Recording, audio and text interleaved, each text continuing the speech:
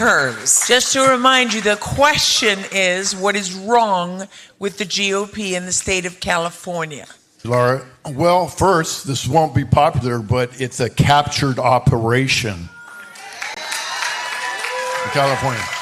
The reality is they spend more time trying to put a rhino, Republican in name only, in office.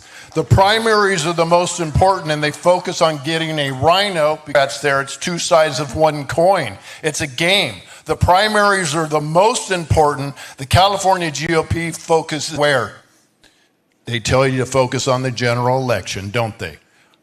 Elections are won and lost in the primary. The California GOP, in my opinion, is a captured operation. They'll support raising money for them, and at the last second, they'll throw it all into who I believe they have compromised. I don't need my full time for that. Terms. Mic drop moment for sure. Hello, Patriots. Hello, Renegades. Welcome in. Lewis does not sound like that in real life. There's a problem with the video. We didn't notice that. I wasn't playing it with audio when I was in the audience because I was right up front, first row there. But yeah, there's something wrong with the audio. Not sure what. So that's not how Lewis sounds. But mic drop moment, kind of fun to see Lewis stepping up. That was the debate that was on Saturday. Many of you saw it. Many of you tuned in.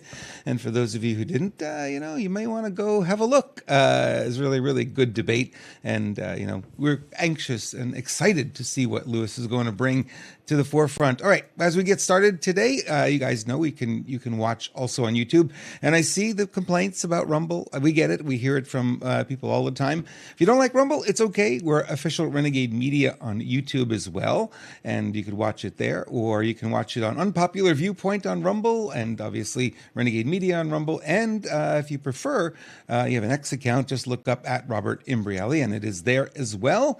And boy, what a fun 2 days it has been. Actually, it's been 4 days. This is Bruce and I there at the end of the debate. I'm looking pretty beat up. It was a 20-hour day for both of us. We were both kind of really worn out, but God, Bruce looks like he just got out of the shower and is ready to go there. It's like, I can't believe he looked so good at the end of the day. What else was going on? Well, went into Arizona and I could not believe the gas prices. I literally, when I came across the border into Arizona on, was it Tuesday morning, I said the gas was so cheap. I actually screamed in the car. I can't believe how cheap it is. I felt like, you know what? I'm going to take a bath in this stuff. It's so cheap. We were treated on our trip to Arizona. That's Bruce driving the RV there ahead of us. We were treated to all this wonderful, beautiful sky art all the way over there. It was really man-made chemtrails that had gone away a little bit during the shutdown, but amazingly, back again. Oh, brother.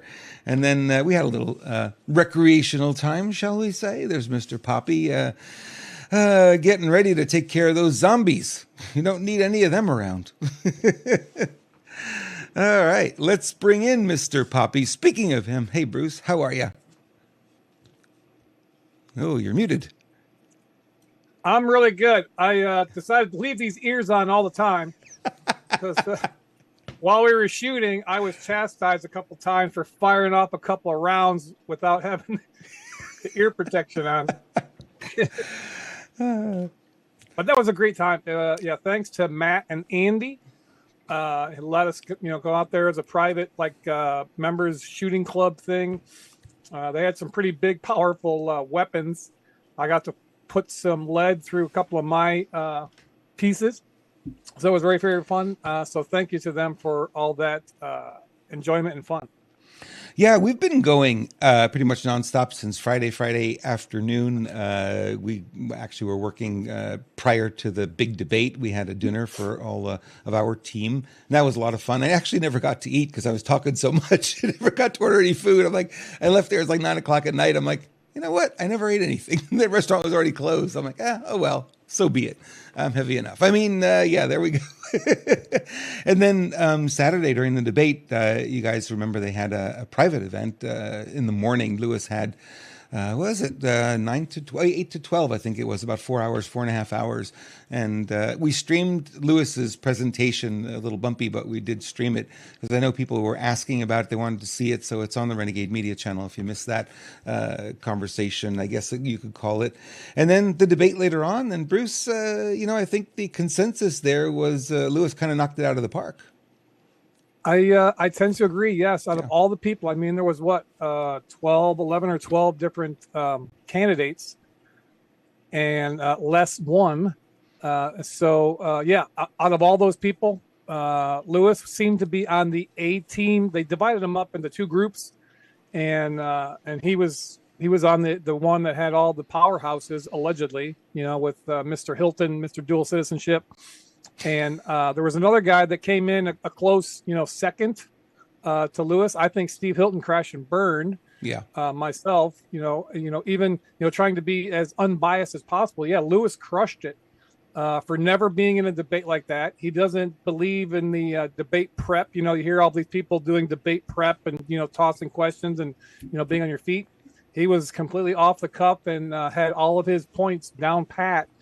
And you can see by that clip, even though the audio was a little screwed up, it was fantastic. And he that was a complete mic drop moment when he just called out the GOP for being a captured operation and wholesalely corrupt. Yeah, nobody expected that. I mean, it came out of left field. And the other candidates, basically, they all talked about what they would do to change it once they were elected. And, the challenge there is like, how do you get to that point when it's so corrupt and they're going to select their candidate? It's not fair and open like you think, oh, it's just a primary and people will vote in the primary and it'll be all. It's not. It's absolutely not. The elections in California are so corrupt. So, yeah, they didn't answer. None of them answered the questions correctly. What was curious to me was seeing the true politicians versus the one or two that were a little more on the authentic side. And Lewis was certainly in that arena.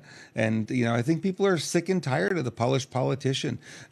Steve Hilton was one of those.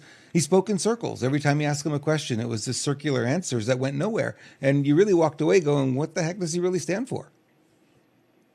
Right. Yeah. The other guy that was, I remember his name is Serpa. Or was his last name? Serpa, yeah. Sherpa, yeah, he was a solid guy as well. But we know our money is behind Louis the Herms for the governor, the Guardian of California.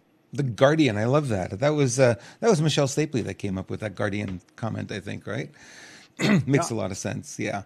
There's just so much frustration here in California. And I was talking to Lewis about this. I said, one of the questions they asked during the debate was, what will you do, to get elected, being that the elections are so corrupt in California? And that, if I was asking the question, that would have been my question as well.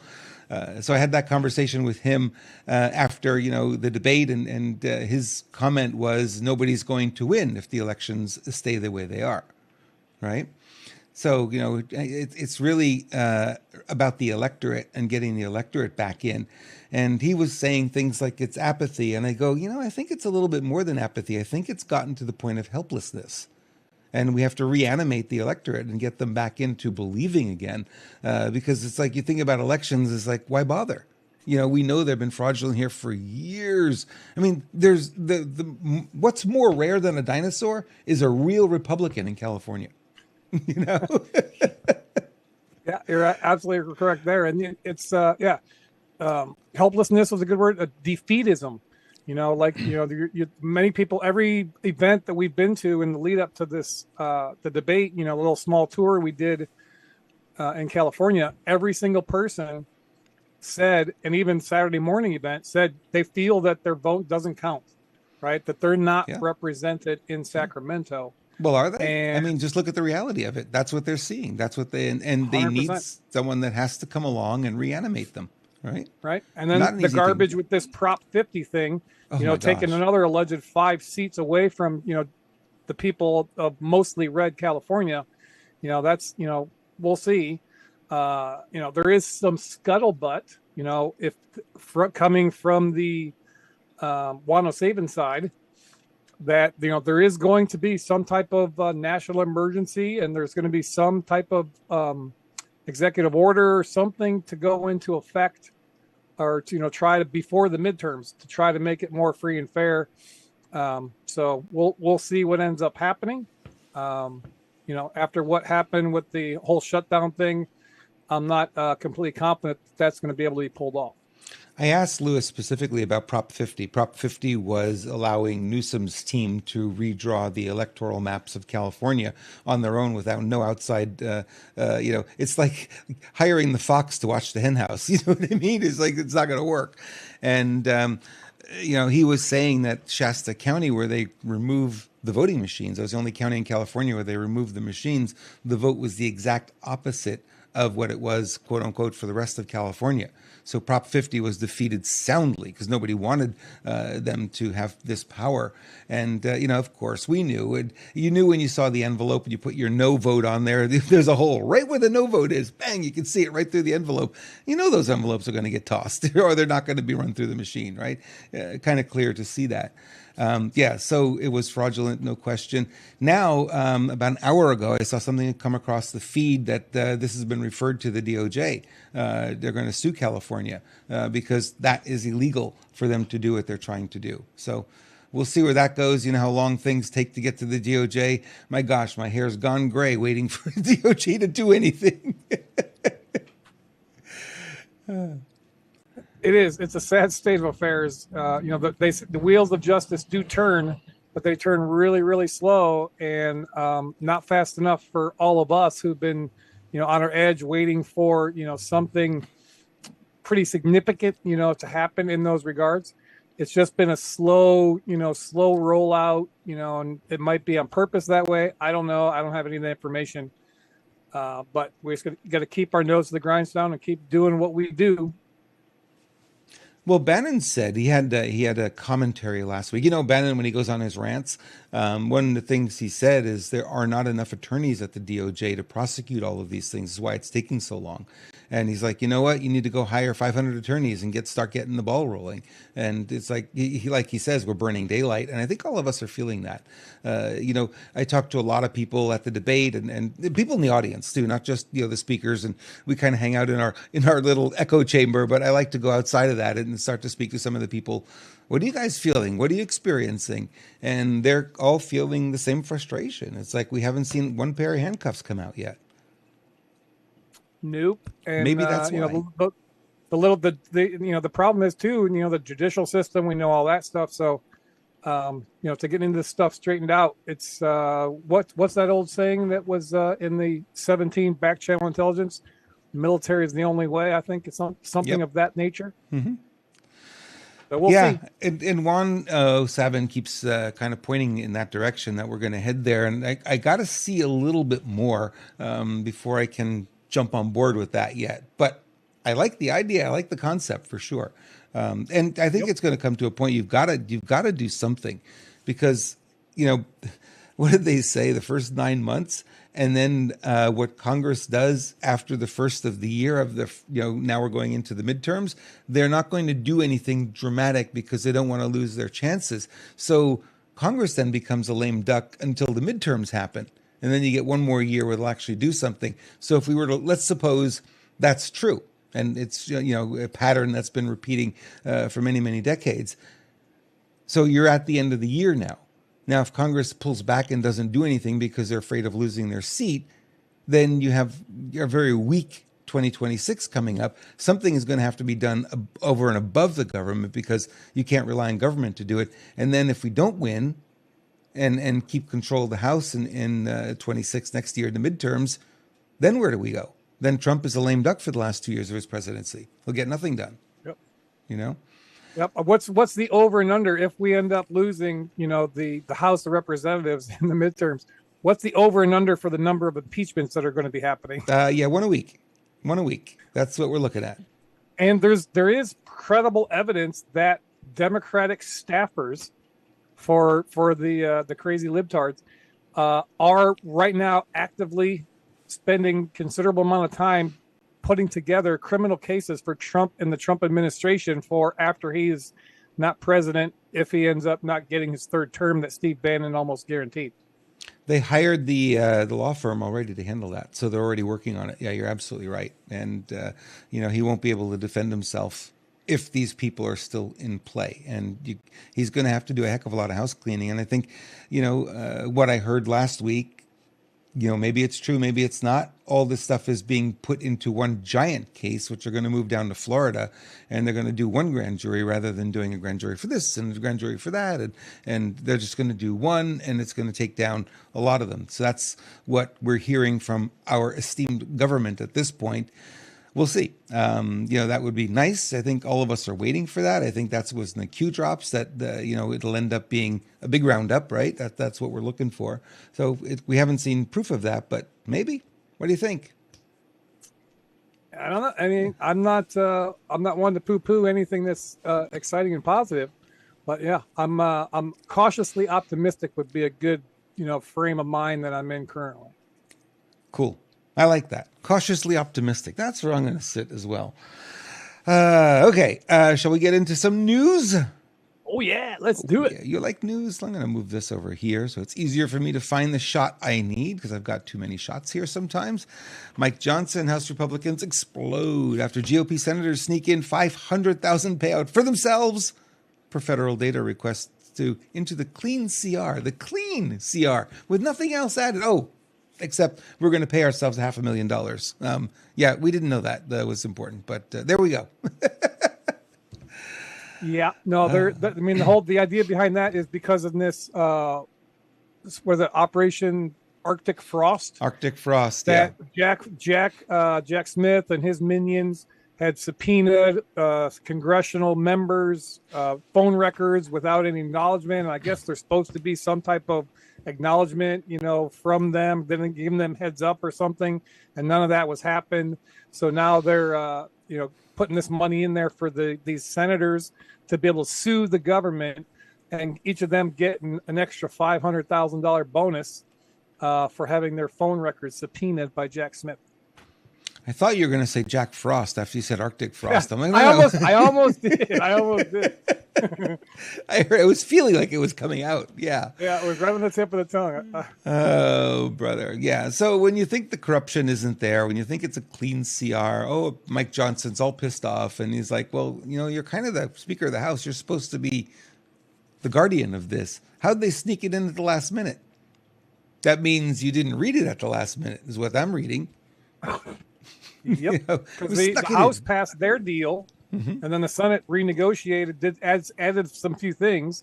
It wasn't they didn't just pass the House version, so it had to go back to the House, and then the House voted on it, passed it, and then now Mike Johnson comes out and says, "Hey, we're not happy about this situation. Should have maybe been not happy before the vote happened." Yeah, well, I think he's complicit, is what my feeling is.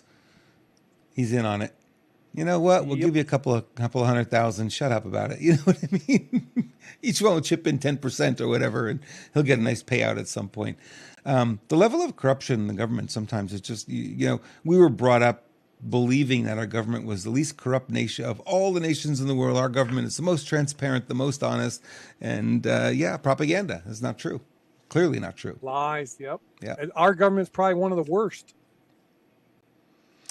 Yeah, I start to wonder sometimes about these third world dictators that we blow up. It's like, really, are they as bad as they think they are? Yep. The cost of the shutdown. Look at what the first round of that Democratic fight looked like. Nearly 42 million Americans lost their SNAP food assistance benefits. They were suffering. More than 5.2 million airline passengers faced flight delays and cancellations. 1.4 million federal workers went weeks without pay. And the White House estimates the economy lost about $15 billion every week of those 6 weeks. A massive hit of $90 billion over the entire shutdown. When you count everything all up, you can count them. 10 zeros. House Republican Conference Chair Lisa McClain comes up in focus first. I'm not sure I believe the cost to the economy, because it's just that spending that was put on hold will just get spent now. Oh, absolutely. Yeah, I mean, the one point, all these people losing their, not getting paid for a little while, and the air traffic controllers, now the ones who didn't call out sick and, threw a hissy fit, they're getting 10 grand bonus for staying on the And job. TSA too. I heard that this morning. TSA is getting the 10 grand bonus. Like, really? Yeah. So Wow. they're just doling out money left and right. And it's ultimately going to, we the people end up suffering again, because Congress did not do their job. That's ultimately Republican, Democrat, doesn't matter, because Congress doesn't do their job, doesn't pass the appropriation bills, doesn't pass a budget that we've talked about before, haven't passed since in the late 90s, a full-on budget. They did this time, however, get 3 of the 12 appropriation bills done for a full year. So, whatever else is left over, they didn't do. They're only extending this till the end of January. So it's, then we're going to be starting this whole fight again. Part of the deal, I believe, for the Senate to vote, some of the Democrats jumping sides, what they promised that they were going to have some type of vote to extend the Obamacare subsidies for people to give them. And that was the Democrats all along. They passed that whole thing without one Republican vote. And they set in there for these things to sunset or expire. Right. And now they're crying because they just can't extend it, So they're just always kicking the can down the road. There is no resolution to, curb spending. All the people that Trump fired at the beginning they get their jobs back. So it's kabuki theater all the way around. He's battling the judiciary, no question. The judges are, it's like every time he's like, oh, we're going to fire these people because the president has the power to do it during a shutdown, to fire all these people. And the judges say, oh, you can't fire them. And now they're all hired back again. So it's like, okay, how many fronts do you want to fight on? He's fighting on so many different fronts at the same time, right? Yep. Yeah. And there's a lot of people. There's a huge section of the MAGA movement who are starting to turn on DJT. Well, the frustration's building. Yeah. Right. And, normally what happens when the frustration gets to a certain point, they throw us a bone to calm us down. They'll take out somebody, or something will happen, and we'll go, oh, okay, it's going to move in the right direction. And then nothing happens until the frustration builds. Then we get another one. And after a while, you start to recognize the pattern. You go, are we just being strung along here? Is that really what's going on? I think so. Yeah. Yeah, we don't like to be, the anti-Trump people, and that's not where we are. But, we said this from the beginning, and Lewis has been saying it too. When Trump isn't doing his job, we're going to hold his feet to the fire, right? Because we're not anything else than looking out for we the people. I mean, that's really where we are with this. Yep. So,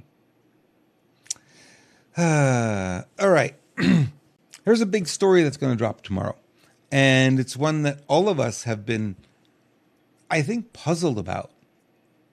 So the president of the United States was almost assassinated in Butler, PA. Allegedly. And he got the little mark on the ear, but then it healed up completely and there's no more mark on the ear. 30-06 caliber would have taken out the whole ear. Got a lot of questions. Well, apparently Tucker Carlson is announcing that tomorrow, here, I'll put it up here so you guys can read it too. He is releasing evidence tomorrow proving the FBI is lying about the assassination attempt at Donald Trump in Butler. Thomas Crooks. Joe Rogan and Elon Musk pointed out the insane inconsistencies. You want to hear some of these inconsistencies? Sure. The assassin's house was professionally scrubbed. His home was scrubbed so well there wasn't even silverware left in the home. No footprint on the internet, no digital footprint, no social media footprint. Everything was completely wiped. He was in a BlackRock commercial. There's a red flag. Joe Rogan says some individuals inside BlackRock may have recognized that it's beneficial to them if he gets assassinated. There was never a formal report. There was never a press conference where they detailed all the information they know currently and where the investigation stands at the moment. Total blackout, heard nothing. Same with Charlie Kirk. It says he was a very young kid there with a rangefinder used to measure distances, which is very suspicious. CNN streamed it live. Joe Rogan does not believe they did it for any other rally. So we've heard that again and again. They wouldn't let people be on that roof because the Secret Service lady said it was sloped and it was dangerous. And yet after the assassination, they were all on the roof. You remember that? Yep. Yeah. The snipers that were on the other roof was a steeper pitch, and it made no sense. Random people saw him and pointed him out on the roof with a gun for a long time before it happened, and nobody took any action. The kid had 5 phones, and no social media footprint. His body was immediately cremated. There were some indications that there was a phone that had been traveling from outside the FBI offices in D.C. To where the kid lived multiple times. Huh. Anything there make sense to you? Not a one. Not one. I mean, if you take it into context of our entire government, FBI included, and probably at the top of the list, because the FBI, we know, is the cleanup crew for the clowns in America. So, based on that, based on what we've seen with the Charlie Kirk thing, they put out this narrative. That's the story. That's our story, and we're sticking to it. No matter, because in this day of digital ages, internet, I mean, everybody had their cell phones, running, that we the people and the digital warriors and the nons can deconstruct and analyze all kinds of stuff at the drop of a hat. And these guys are supposed to be the premier law enforcement agency on the planet. Can't seem to get out of their own way. So none of this stuff makes any sense. I don't believe it. My personal viewpoint, unpopular as it might be, is that this thing was kayfabe, that it was set up to give Trump a boost. It was set up by the white hats. That's just my opinion. Because I saw a video where he went down. He's got really good connections in the wrestling world. We know all about wrestling. I've watched it my whole life. They go down, they cut themselves, they come up bleeding. And so that's my personal opinion. The other guy, that firefighter that got killed allegedly, I don't know what that, story is, but the whole thing just stinks. It just doesn't make any sense whatsoever. Well, again, the Charlie Kirk thing is the same thing. There's nothing there that makes any sense. What I found interesting in our little time there in Arizona with I call it our team, our group, right? I had conversations, probably 3 or 4 different conversations with people who had connections to Charlie Kirk's group and this and that, and they were telling me some of the inside stories, and they were just like, none of this stuff makes any sense. So we're going to gather that information and see if we can get them on the air. They probably won't come on and talk about it, but I have to get permission before I share anything that I was told. But just know that none of it makes any sense. There are no dots that connect anymore. None whatsoever. Nope. And they can beat up Candace Owens all they want, but she's very much in the right direction from what I can tell. I'm leaning that way too. There's a big Israeli connection somehow or another. There was Charlie Kirk and the whole message, before his trip, the letter from Netanyahu. I mean, all these different things. The stuff that Candace Owens is talking about, it makes a lot more sense than the FBI narrative that a 30-06 got this guy in the neck. There would be nothing left. We were shooting those guns that were that size or bigger, and there would be nothing left of his head. We were hitting targets at 1,100 yards. You can't even see the target with your naked eye. You had to use a really powerful scope to hit it, and we were hitting it. And it's just like you hit it, and then 5 seconds later you hear the ting. Yeah, because it's a metal target way out there. So you shoot the gun, pow, and then a couple seconds later, ting. Yeah, it takes a long time for the sound to get back because it's such a distance. 1,100 yards is quite a ways out, way up on the mountain. And you look at that and you say, his neck bone stopped that? Yeah, I don't think so. Hey, I got a bridge in Brooklyn to sell you if you believe that one. Yeah. Well, I think Mandami's trying to sell that bridge to be able to pay for all of this socialist crap. Yeah, he'll probably have to. He'll probably have to. Yeah, so the Trump thing is the same thing. It's like we saw him with a bandage on his ear, a couple of days later when he appeared at an event. And then all of a sudden the bandage was gone. There's no more damage. Huh? Not even a nick. I mean, it was like nothing. Razor cuts heal up and you can't see them afterwards. Either the one that was shot, if there was a shot, was one of the doubles. And they're no longer using him. I don't know why. Couldn't they do makeup to make the year look like it was hit? I mean, to sell the story a little bit. And it's curious. I think the most curious thing for me, Bruce, is that Trump is not looking into it. He's not directed anybody to look into it. It's like that was that moment, and that was it. Yeah, he got his fight picture, and that, I think that spurred a lot of people to go vote after that situation, because that's, one of the things, if you look back through history and all the different, big, huge political figures. Last one was Reagan. Mm-hmm. There was a huge bump. So all these different things tend to galvanize people, Americans, to pull for that person, saying, hey, if they're wanting to take this guy out, there's probably something to him being good. So that could, cause people to pull the lever in a certain direction. Hey, that's a great campaign strategy. We might want to share that one with Lewis. I don't think he's open to that kind of thing. Lewis, can you fake your own assassination? Unbelievable. You wonder sometimes, right? Because we keep saying it's a movie. You wonder, is like, maybe that's what's going on, and maybe that's why the FBI is kind of between a rock and a hard place. I don't know. They got to cover it up. They got to make the fake story. The Charlie Kirk thing. The case is closed. We're not looking into it anymore. We got our murderer, and how can you prove he was a murderer? Oh, we're going to have a trial, but it's going to be behind closed doors, and it will not be televised. There will be no reporters there, and we'll just tell you what the result is. Yeah. This is where we are, guys. This is where we are. I mean, I don't know what to say, because there's more to it. And, I think, we have to give ourselves credit, because we don't give up. Right. And we keep asking the questions. And even though many times there aren't any answers, we're still there. We're still in the game, trying to figure it all out. And that's what's going to keep the story alive. The Maui story, the Pacific Palisades story, right? The Trump story, the Kirk story. We've got all these things that clearly aren't what they say they are. I was speaking to someone today who said that she was believing that the chemtrails are no longer chemtrails, that they're spraying things that are healthy for us. But my anecdotal evidence here, there's a lot of aluminum in the soil, and aluminum is bad because the plants will uptake it. And then all of a sudden you're eating broccoli and lettuce you think is organic, but it's got such high levels of aluminum. Aluminum is Alzheimer's, right? That connection's there. So yeah, we are in for, some challenging times ahead, if that's really the fact. That's what's going on. I could go off on a really bad rant right now.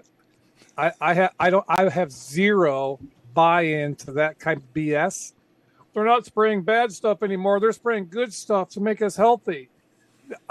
These people, it's the cognitive dissonance and the things that they come up with to be able to make themselves sleep at night, to be able to, and justify their inaction for their own self-governance because somebody else is doing something.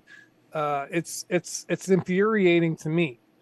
So that's a short retracted or truncated version of my rant. No, you're right. And it keeps it going. And we keep hearing that, oh, it's just a big show. It's all a big movie, nothing to worry about. That creates learned helplessness, right? So we don't fight because, well, it's just a movie anyway. I don't need to do anything. Right. I can sit back here and, hey, where's that pina colada I'm waiting for? You know what I mean? It's nothing. This whole thing started about saving the children. Yeah. But yeah, it's all a movie. But there's still children being raped to death every single day. So yeah, don't tell me it's a movie and there's all actors and clones and this and that and the other. I have zero. Show me proof, and maybe I'll buy it. But this just buying into it because it feels good, and I can justify my inaction of my own self-governance and not doing anything, sitting back waiting for Trump and the white hats and the military to ride in on a white horse and save the day. That's a bunch of bullshit. We need to get off our asses and start doing stuff that's going to benefit us, our families, our communities, and ultimately humanity. And screw this whole white hat thing. At some point, there's going to have to be some justification for, if it ends up being a movie, they're going to have to justify that, if the truth comes out ever, if it does, why that they allowed this thing to go on and so many people to suffer. Oh, but these people aren't suffering. It's all fake. Charlie's not dead. He's somewhere in New Zealand in Valhalla. Sometimes it gets to the point where it's just completely ridiculous. And if people buy into it still, they need some help. And I know there's a lot of people listening who still buy into that, and I might offend or piss off some people, but the truth of the matter is doesn't justify the things that are still going on and the lack of accountability for anything that's ever happened in the history of our government in the last 40, 50 years. Well, it's one way to get comfort, right? Is to believe that it's all a show and believe that it's not happening and believe that, why in the world, if you ask the question, okay, so you say they're spraying the air with something that is beneficial. When did the government ever do anything that's beneficial for its population like that? Number one. Number two, if you're spraying something that is a drug, hydroxychloroquine is what a lot of people are saying, right? If you're spraying that, how do you know you're not overdosing anybody? Right? It's like putting fluoride in the water. It's the same deal. You're putting all this fluoride in the water. I drink 1 glass a week. Somebody else drinks 5 gallons a day. How much more are they getting? Are they getting an overdose of it? Right? You can't control it. So that doesn't even play. I mean, there's no logic to that whatsoever. And then back during COVID, the Chinese were putting snake venom in our water supply, and that's what was making everybody sick. Yeah. Well, there's so many of these stories, and we want to latch on to something that we can believe. And I understand that people just want answers, and we're not getting answers, and that's one of the challenges that we're in right now. And I get it. The good guys can't let go and let everyone know what's really going on because the bad guys are watching this podcast too, right? And if we were to share something of value, what our side's really doing, then the other guys would know. And so, it's an information war, and we're going to win some battles. We're going to lose some battles along the way. And it's really frustrating for us to be right in the middle of it all. Right? It is. Yeah. News out of California. They admitted that they gave out 17,000 commercial driver's licenses to dangerous foreign drivers. 17,000 truckers on the road that have no business being licensed. Who's going to jail? Tell me. Nobody. Nobody. Not even the 17,000 unqualified drivers who go around killing people when they can't drive their truck, they can't read the signs, they're doing U-turns on the middle of roads and they can't. Those guys aren't even going to jail. I know. So the people who facilitated that thing, of course, they're not going to jail. But so we'll see what ends up happening. There was, I don't know if I saw it in your show notes or not, but there was some arrests, in California for some corruption. People close to Newsom recently, grand jury stuff. So we'll see. It's frustrating that we cannot get the truth, that we're treated like little children, that we have to be lied to and told that yes, Virginia, there is a Santa Claus. And we have to buy into that until we realize, no, there isn't. What is it going to take? That's where my frustration lies. I hate to be the negative Nelly, but you got to be, at some point you have to have some reality check into, what are we looking for and how long are we willing to wait, and what is the ultimate, end goal for us to sit around and wait for somebody else to do something? I don't know. Yeah, and that's the feeling I've gotten, Bruce, is so many people are I guess frustrated is level one, and then they get into anger, and after the anger and they realize there isn't anything they can do, and then the fuse burns out, and then they become helpless.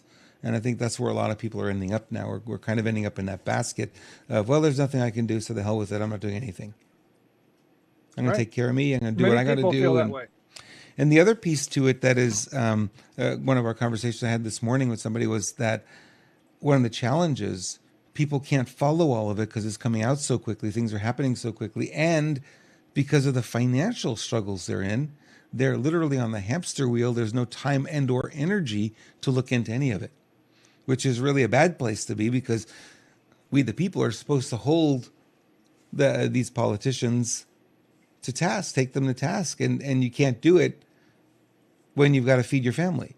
You've got to work extra hours, overtime, yada, yada, because, the cost of living's so high. And it's like people are saying, oh, the cost of living's coming down. Trump's in power. No, the cost of food, the cost of fuel's coming down in some states, not in California. It was $5.49 yesterday when I was driving by the gas station. I'm like, wow. Well, what? It's $2 difference just crossing the border into Arizona. Yeah, well, That's yeah, ridiculous. nearly half. It was averaging around $5 a gallon when I was in California. Yeah.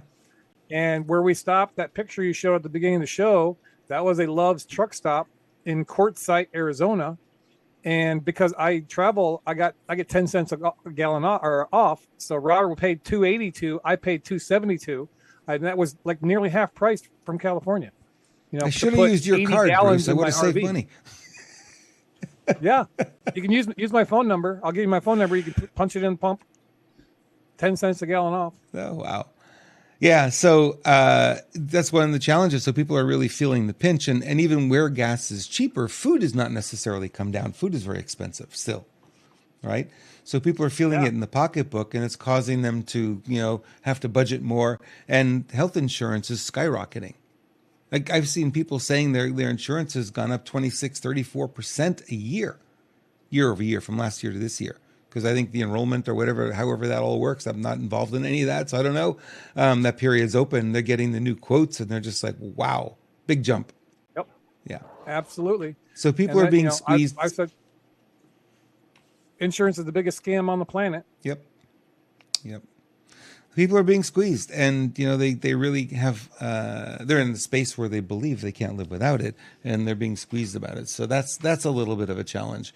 I thought this was kind of apropos to show socialism. You line up for bread. Capitalism, bread lines up for you. That's a funny one. Yeah. Yeah. Apropos for. And we're moving closer to the top part than we are the bottom part nowadays. Yeah, we're going the wrong way, right? That's truth. Right. I think I already shared that one last week, so we'll forget that one for now. All right, you guys need to, let's see here. Well, you know what? Let's talk about Poppin' with Poppy. I mean, that's not really what it's called, but Unleashing Excellence is really what it's called. That's it. With all the stuff going on, and my focus has shifted. We only get in life what we can tolerate. And I've decided to move on, and I want to be better. So, this Unleashing Excellence idea that I'm putting together that God gave me, I believe, what it is, Unleashing Excellence is a path. It's for people who know that there's more in them than what they're currently living. And I think everybody could agree with that, right? It's a path for anyone who's tired of pretending, tired of holding themselves back, and finally ready to rise to our full potential, because inside all of us is excellence. So we need to unleash that excellence that's already inside of us, and it's built on 3 pillars. It's a pathway, lifestyle, if you will. First, you got to burn the mask, because you can't build a powerful life on a false identity. Burning the mask has to do with your identity. Second, you unlearn to unleash. It's about the mindset and how we think. Most of us, the limits that we have is not on our life. It's the beliefs that we inherited that were never ours to begin with. They were put into us from our grandparents, parents, our society. And then third, the forge the life, because excellence isn't something you find. It's something you create through daily discipline and intentional action. So this path matters because it gives you something most people never have. It's a clear, honest, step-by-step process to become the strongest, truest, most powerful version of yourself. And when you change, everything in your life starts to change with you. When we talk about manifestation, creating your own life, this is the pathway that I'm putting together. And it's going to be very, very simple and very step-by-step, kind of very community-based. So those people out there, you can go to my website, brucepoppy.com, get my free ebook. You can join my mailing list, join my YouTube channel, because there's tons of stuff that's coming. I've been working really, really hard over the past couple months, and now certain circumstances have pushed me to do more in this arena, because now is the time, and we are the ones that are going to build the ultimate life, the golden age. We got to make it ourselves. Trump isn't going to bestow it upon us. So yeah, go to check it out. Unleashing Excellence, brucepoppy.com, and the YouTube channel, Bruce Poppy Show. It's so refreshing to be moving in this direction, because I think it's what's needed. When we talk about the frustration that people are experiencing right now, one of the things I go back to, it's like people need, I'm going to say it, they need hope, and we need change. I know that's the Obama thing. It's just a slogan for him. That's not actually what happened, but we need actual real hope. We need to be able to figure out how we can put the goalposts a little bit further for us, so we can stretch ourselves and be a little bit stronger. We've been beat up, honestly. The past 5 years, all of us have been beat up pretty bad. It's been a rough ride. We've been going through the storm, and the storm's not over yet.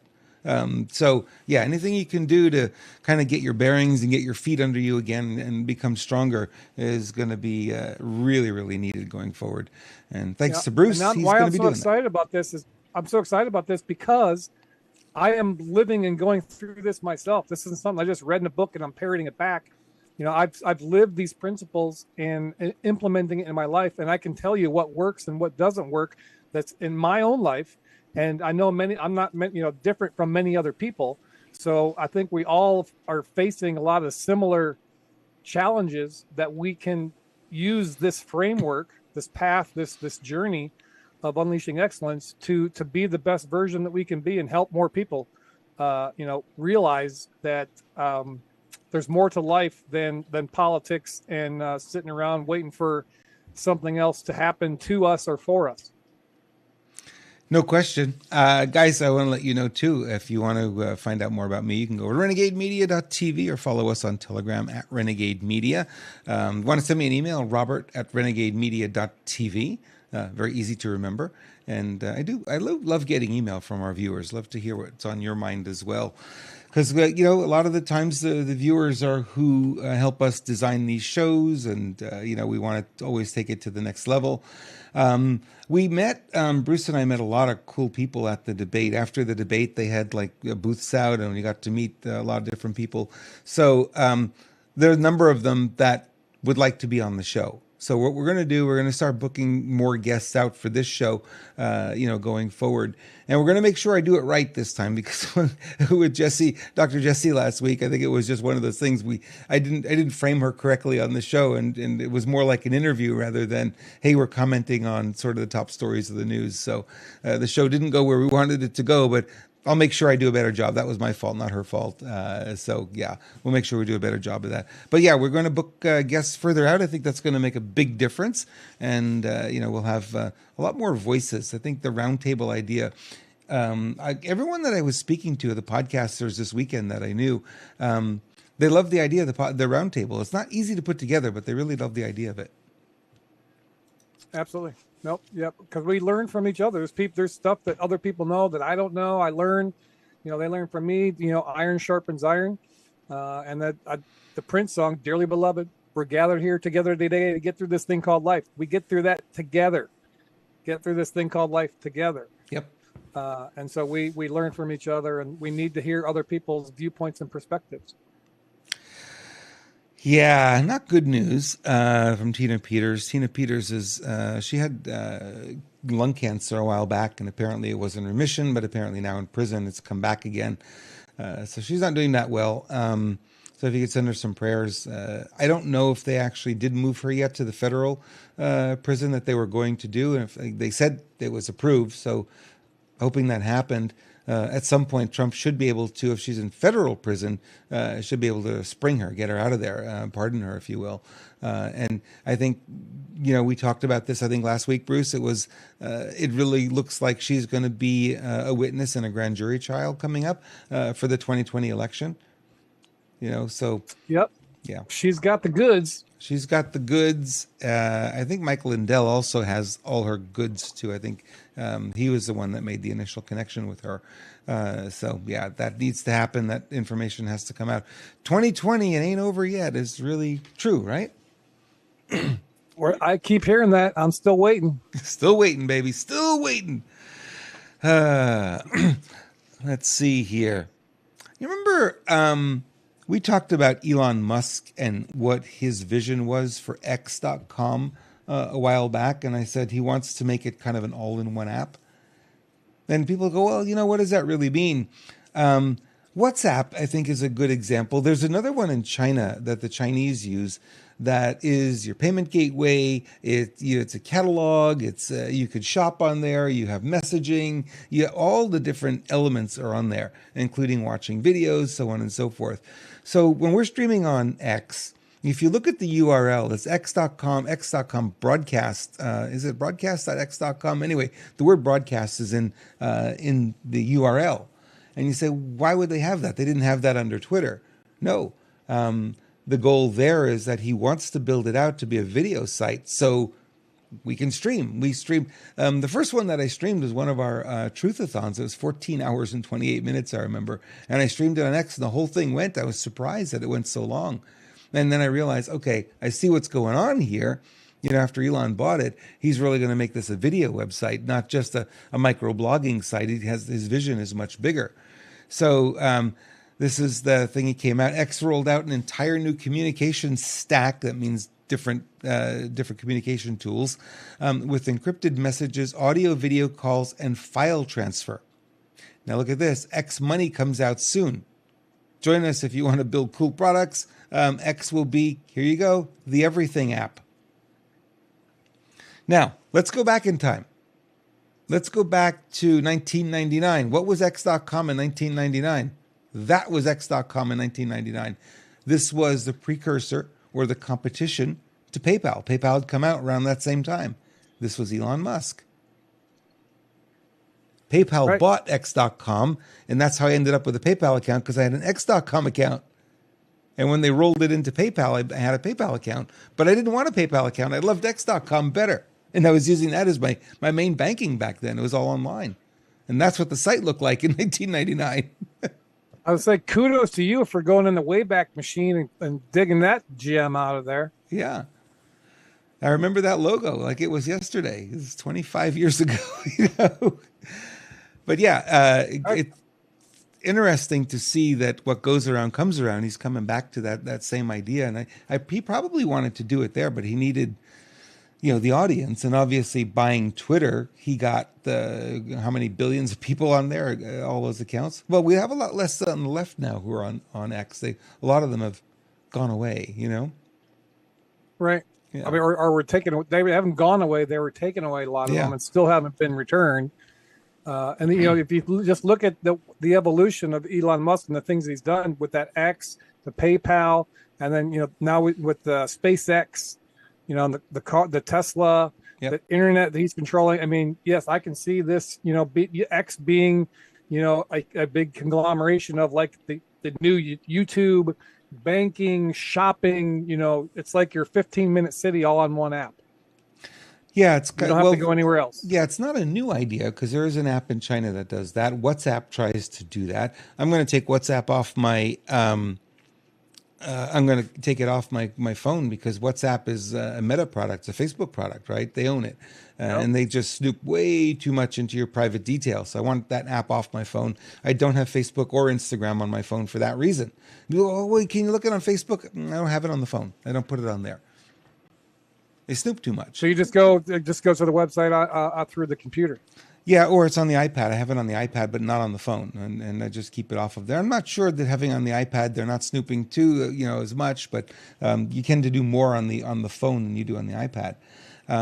So yeah, that'll be interesting, because then if somebody says, "Well, do you have WhatsApp?" I'll say, "No, but I have X," you know, because everyone's got an X account now, and we'll just use our messaging and video calling there instead, because that just came out today, brand new. Very good. That changes the game a little bit, don't you think? Absolutely. Well, of course. The less we can, you know, more options we have, the better off it is. You know, I'm not everything being under one roof is easy. It's convenient, but is it really prudent, you know, to have all your eggs in one basket, so to speak? Ben says, no Bill Gates or Zuckerberg 2.0 controlling any monopolistic app. Yeah, Ben, you got it. Exactly right. It's one of those things that we got to stay away. You know, it's a little scary, though, when you think about X having all of that, because then that would run all of your apps, right? It's kind of a good thing to have things separated, because if you got your X account shut off because you said something they didn't like at some point in the future, you could lose it all. You know what I mean? So, yeah, something to consider. Something to consider. Let's go here. Let's make some money. The show has to get money to pay for itself, and money helping your pets stay healthy. I think that's a pretty good trade-off. Hey, there's some new cat food out, according to what I heard this week. I'm going to look into it for our cat. And the dog food has been reformulated too. Oh, the dog food's been. Do the dogs like it? Have you gotten it yet? Oh my gosh, yeah, they love it. The new stuff, the canned, wet food. Mm-hmm. They weren't fans of it before. Now, since they reformulated it, they love it. Oh, awesome. Yeah, cats tend to have a finicky appetite too, so I'm going to try it on our cat and see how he likes it. Their food all contains the versicolor, Coriolus versicolor mushroom, which is kind of the magic ingredient, the magic mushroom, if you will, that helps them really heal. It really boosts their immune system. And it helps them, get rid of a lot of the, in our case, the tumors that were there from the vaccines. We didn't vaccinate him. He was vaccinated before he found us. We didn't find him. He found us. That's how that worked out. And, he'd already been neutered and vaccinated, and he had tumors where the vaccines were. And, a week on the food and they were gone. Couldn't find them anymore. Is wild, and the change in energy. And then, the cat gets tired and doesn't like the flavor anymore. And so, yeah, we're going to try the cans now and see how that works out. So, guys, if you have pets and you love your pets, renegademedia.tv/pet club is where you want to go to find out more about Pet Club 24/7. And you'll either sign up under me or under Bruce. And we appreciate that because it helps fund the show. We can keep this going. And they have stuff for humans there on the left-hand side of that photo. You see those little pill bottles? That is for humans. And Bruce has his own success story with how well the mushrooms work for the human healing as well. Absolutely, yes. My doctors were amazed when I had surgery in end of 23, how quickly I healed. My dentist, mine was blown. So, yeah, every time I have some situation, I start pounding, doubling up on those, the human aspect of the Coriolus versicolor, and it is fantastic. And when you mention sign up, there is no sign up fee, right? You don't have to buy. There's no minimums you have to buy. You just go create an account and you shop for what you want. If you can get stuff on a subscription, it'll save you some percentage, and then shipping costs are kind of included. But it's not like you have to buy X amount. You can just buy a couple of cans here and there. So yeah, when you say sign up, it's just creating an account. There's no membership fee or anything like that. And they've got a 30-day money-back guarantee. So if you happen to try it and your animals don't like it, send it back. They'll give you your money back. It's not a big deal. And the coffee's good. They got, I love, we talk about Lance's coffee. They got some coffee there too that has the Coriolus versicolor. It's pretty darn good. Yeah. Yeah, they've got some really unique products. And this was a company that only did products for humans when they first started, the mushroom supplements for humans. And then they said, hey, it works so well for humans. Why don't we try it on animals?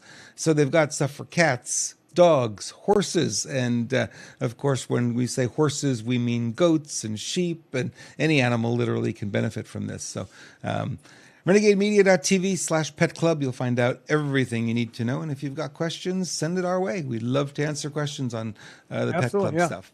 Yeah. Cool. Okay. $20 an hour is what went into effect here in California for fast food employees. What happened over the course of this year is there were 20,000 fast food jobs eliminated. Did it help anybody? Okay, so this is my beef with this whole idea. An entry-level position is an entry-level position for a reason. It's not a career. You're supposed to expand your skills and move up the chain. You start there as you're working in college or you're in high school. It's a weekend job, an evening job, that kind of thing. You're not going to get paid a lot. Doesn't take a lot of skill to flip a burger, right? And then to pump it up to $20 an hour, a lot of companies just said, you know what? Screw that. And then what do? They went to kiosks. Well, here's an innovative company. What they've done, they went one step further, and they hired. This is mind-blowing. Huh? This is a mind-blowing story. When I saw it, I was like, holy cow. Yeah. Talk about thinking outside the box. They now are paying, what is it, $3? What did she say? $3.25 per hour for the greeter in the restaurant. So you walk into the restaurant, instead of paying $20 an hour, this person is not here. They're in the Philippines, and this is what this looks like when you walk into the restaurant. What do I do to order food?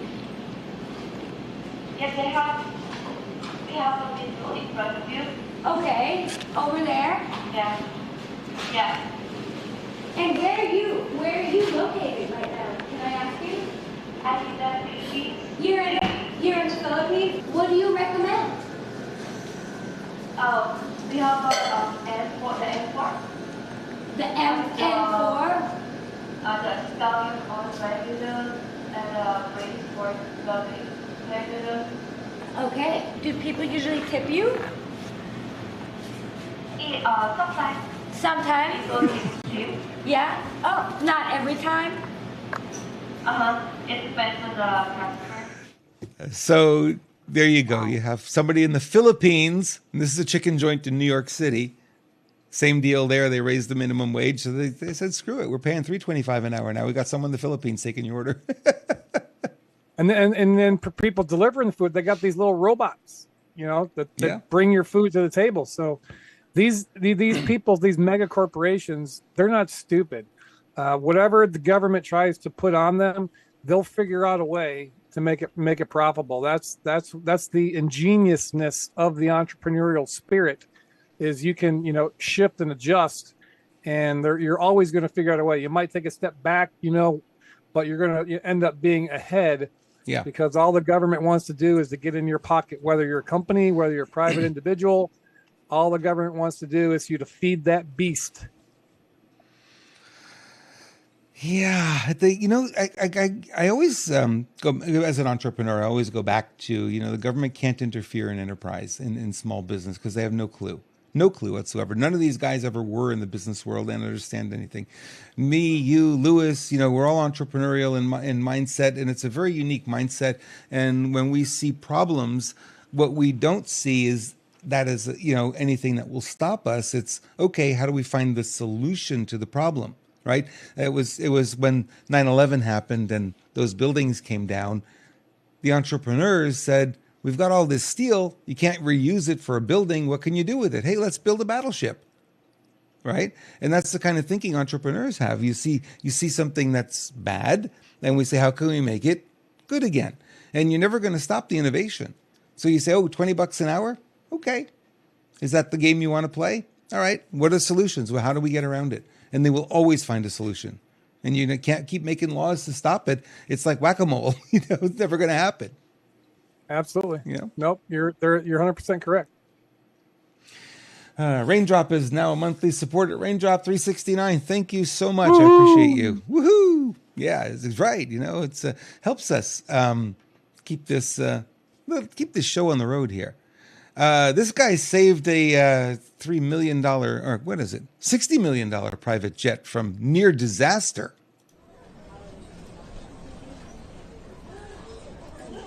Oh, damn. Gonna hit the airplane. Here it goes. Ooh.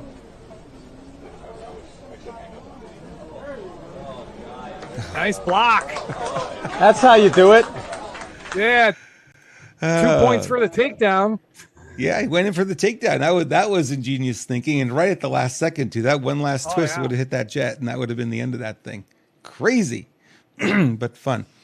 There's one more here I wanted to share with you guys. I don't know if I could do this with a straight face, Bruce. I don't know. But it just hit me, and this is what came out of my head. Jesse Jackson hospitalized with a rare brain disorder. Seriously? He's had a rare brain disorder his whole life. Come on.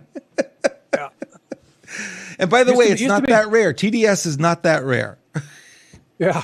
No. Many more people have it than what we'd like to believe. Exactly. And even before the TDS, he was Trump's best friend. That's what's the shocking thing is Trump was friends with all kinds of people of color. Yeah. All the Democrats, so long as they were able to have their hand in his pocket, and he wasn't, opposing them. As soon as he just came down the golden escalator, all of a sudden he's a racist.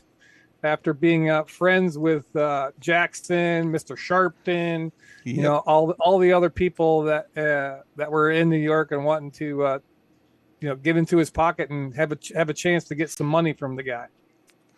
So crazy. It's so crazy that politics divides. And we were talking, that was one of the conversations, Bruce. I was having with a lot of people. I was asking about, how their family did. And they're just like, I go to my family and I don't say anything. And I listen to them talking about the vaccines. I listen to them talking about, how bad Trump is and everything. And it's like they're just burning up inside wanting to say something. And they go, well, if I say something, it's going to get into an argument. And that's, it's hard to argue around the Thanksgiving table. It's just like, it's one of these things. It's hard to do. Yeah. I know. Hey, we will take Thanksgiving stay off. hot, keep the vibration high and share the love. It's, you just got to let people be people. We're to the point now where we're not going to be personally waking up a lot of people. It's going to have to come from themselves. People are in their lane now. See and realize. Yeah, they're solidly in their lane now. You're right about that. It's going to really hard now to wake people up. And, I talk to people all the time. We want to do this. We want to wake people up. We want to make people up. The light bulb's got to want to change. And if you're there and you're putting out the content and they come to you, absolutely have the conversation. If they're not coming to you, they're not ready. And they may never be ready. Yep. Right? Bruce and I had a fun time in Arizona. It was called the Friendsgiving, which was really good. We had the full turkey dinner. It was phenomenal. And I just want to let you guys know on the actual Thanksgiving, we won't be doing a show because that's a Thursday of all things. Anyway, we'll prepare for Black Friday and get those credit cards polished up and ready to go because hell to the no. Yeah, when the economy is weak. The offers are better, right? Yeah. You're better off not participating in the consumerism. You want to hold on to everything you got. And that's why it's, there's tons of stuff on the horizon that we couldn't even go into today. But I mean, there's energy situations, financial situations. So that's why it's super crazy important. This is unsolicited, Robert Duplantis, but get a hold of Matt. And figure out a way to get some of your money into silver and gold or coins or something, because we're as bad things to see now, but they're gonna get worse. And we gotta stop feeding the beast of this consumerism, these corporations that don't give a rat's ass about you. So I would keep your money close to your vest on Black Friday because most of it's junk and garbage that you don't need. We always buy stuff that we don't need to impress people we don't like, so why? Well, it's just a waste. It's a waste of money. I use it like this, Bruce. When you have the Black Friday deals. So, for instance, our restreaming platform is whatever cost it is per month, and they do Black Friday. It's usually 50% off. You know what? I'm buying that. I'm using it anyway. Yeah. It's not like I'm not buying frivolous. I'm buying the things I would buy anyway, and if they're on sale, I'm buying them.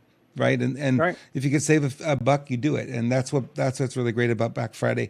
I usually go to the mall, but I haven't been to the mall in years on Black Friday. I go not to buy anything, but to get a feel for what the economy is doing. Want to know? Sometimes the malls are full on Black Friday and nobody has anything in their hands. Other times, everyone's got something in their hands and the mall's busy. You know what I mean? Yep. So it gives us sort of a quick look at what the economy is doing. And I know it's a little bit hard this year. I know a lot of people don't have a lot of money. So keep an eye on your credit card companies because they're jacking the rates too. I keep getting offers.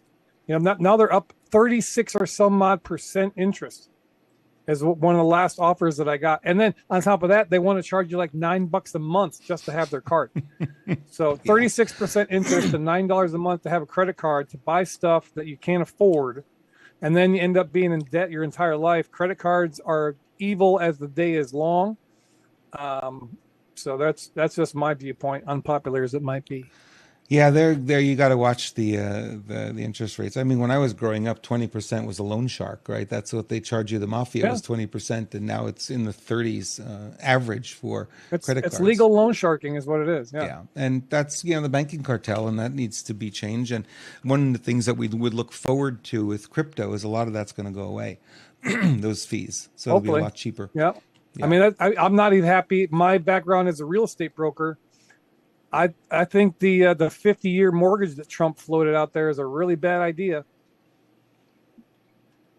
And we don't have time to get into those the financial aspects of that, but it's supposedly to spread it out over further time. You end up paying more than double in the interest. And so, 50-year mortgage is horrible. Don't do it. It's all about the monthly payment. It's what you can afford for a monthly payment, and that's really where it is. And you'll never get that money back. Sorry. And the fact that they charge you all the interest up front, oh boy, crazy. Like as an example, one of my credit cards. I mean, it's like just pick a number: $100 a month payment on a credit card. $85 to $90 is interest. You get $10 taken off of your balance. Yep. You're going to have 27 years and you're still not paying that thing off. So, well, that's intentional. They don't want you to pay it off. We got to be smarter, folks. Yeah, we gotta. And it takes some time to change the habits and the mindset. But there's plenty of people live without credit, and I'd like to get back to a barter system. So Bruce is traveling. He's traveling back east. He was here until Tuesday morning, and then we convoyed out. And I'm sad to see you go, buddy. But I know you'll be back at another time, and we'll continue our fun for sure. Yeah. Yeah, I'm super appreciative. You and Phoebe, you got a beautiful place.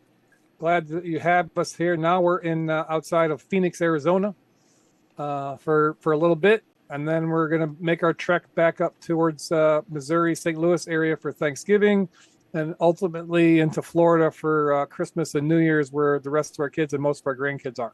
We'll see if Joey G can swing by in the morning and give you guys some coffee. And hey, Joey, I'm in Phoenix. I'm actually in Chandler, man. Give me a call. Give me a text. It's close by. Cool.